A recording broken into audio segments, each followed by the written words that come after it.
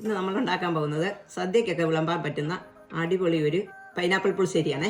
അതിന് വേണ്ടിയിട്ട് ഞാൻ ഒരു പൈനാപ്പിളിൻ്റെ പകുതി എടുത്ത് ഇത് ഈ കനത്തിൽ അരിഞ്ഞ് വെച്ചിട്ടുണ്ട്. ഇനി പുളിശ്ശേരിക്ക് വേണ്ടിയത് തൈരാണ്. അതിന് വേണ്ടിയിട്ട് ഞാൻ 1/2 ലിറ്റർ തൈര് നന്നായിട്ട് ഉടച്ച് വെച്ചിട്ടുണ്ട്. ആദ്യം നമുക്ക് തേങ്ങ അരച്ചെടുക്കാം. അതിന് വേണ്ടിയിട്ട് ഞാൻ അരമുറി തേങ്ങ എടുത്ത് വെച്ചിട്ടുണ്ട്.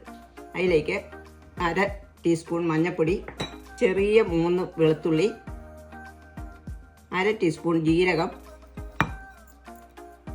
ചെറിയ 2 ചുമന്നുള്ളി, ഇത്രയും നമുക്കിട്ട് അരച്ചെടുക്കാം.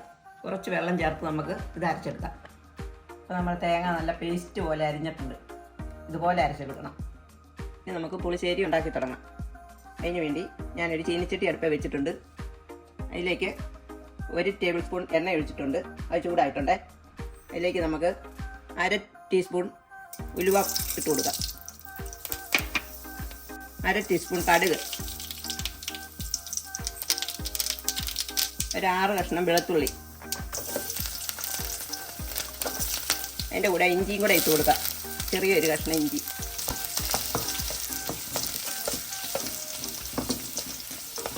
തീ കുറച്ച് വെച്ച് ഇത് വെളുത്തുള്ളി ഇഞ്ചി എല്ലാം ഒന്ന് ചെറുതായിട്ട് വാടി വരട്ടെ. എന്നിട്ട് അടുത്ത് ഇടാം. ഈ വാടിയിട്ടുണ്ട്. അതിലേക്ക് നമുക്ക് ചുമന്നുള്ളി അരിഞ്ഞിടാം. വട്ടത്തിലരിഞ്ഞതാണ് ചുമന്നുള്ളി. അതും കൂടെ ഒന്ന് വാടട്ടെ. തീ കുറച്ച് വെച്ചിട്ട് വേണം ഇതൊക്കെ ചെയ്യാൻ, അല്ലെങ്കിൽ പെട്ടെന്ന് കരിഞ്ഞു പോകും.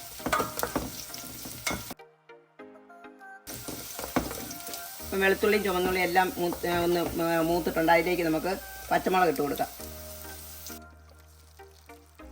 പച്ചമുളക് മാടിയിട്ടുണ്ട്. അതിലേക്ക് വറ്റൽമുളക്, ഒരു 5 വറ്റൽമുളക് ഇട്ടിട്ടുണ്ട്. അതും കൂടെ ഒന്ന് മൂത്ത് വരട്ടെ. വറ്റൽമുളകിൻ്റെ കളറൊന്ന് മാറി വരുമ്പോൾ, കറുത്ത് പോവല് ചെറുതായിട്ട് ഒന്ന് ഒരു ബ്രൗൺ കളറായി വരുമ്പോൾ അതിലേക്ക് കറിവേപ്പില ഇട്ട് കൊടുക്കാം.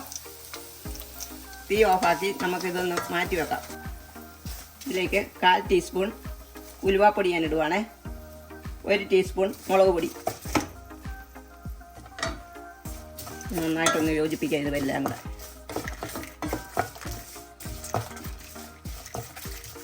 നമുക്ക് അരിഞ്ഞു വെച്ചിരിക്കുന്ന പൈനാപ്പിൾ ഇടാം.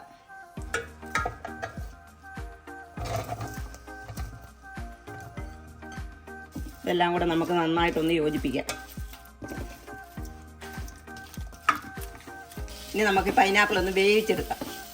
അതിന് വേണ്ടിയിട്ട് ഞാൻ അളവ് കപ്പിന് 1 കപ്പ് വെള്ളം ഒഴിക്കുന്നുണ്ട്. ആവശ്യത്തിന് ഉപ്പ് ചേർക്കാം. ഇനി നമുക്കിത് മൂടി വെച്ച് ചെറിയ ചൂടിൽ ഒന്ന് വേവിച്ചെടുക്കാം. അപ്പം നമ്മുടെ പൈനാപ്പിൾ പാകത്തിന് വെന്തിട്ടുണ്ട്.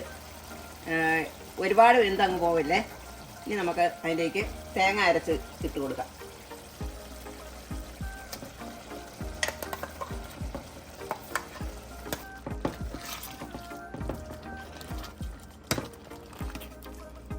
തീ നന്നായിട്ട് കുറച്ച് വെച്ചുകൊണ്ട് വേണം ചെയ്യാൻ. ഇതിലേക്ക് നമുക്ക് അരപ്പിൻ്റെ വെള്ളം ഉണ്ട് ശകലം, അത് ഒഴിച്ച് കൊടുക്കാം. ഇനി ഇതൊന്ന് ചൂടാകട്ടെ. തിളച്ച് പോകരുത്, ഒന്ന് ചൂടായാൽ മതി. നമ്മുടെ അരപ്പ് ചൂടായിട്ടുണ്ട്. ഇതിലേക്ക് നമുക്ക് തൈര് ഒഴിച്ച് കൊടുക്കാം.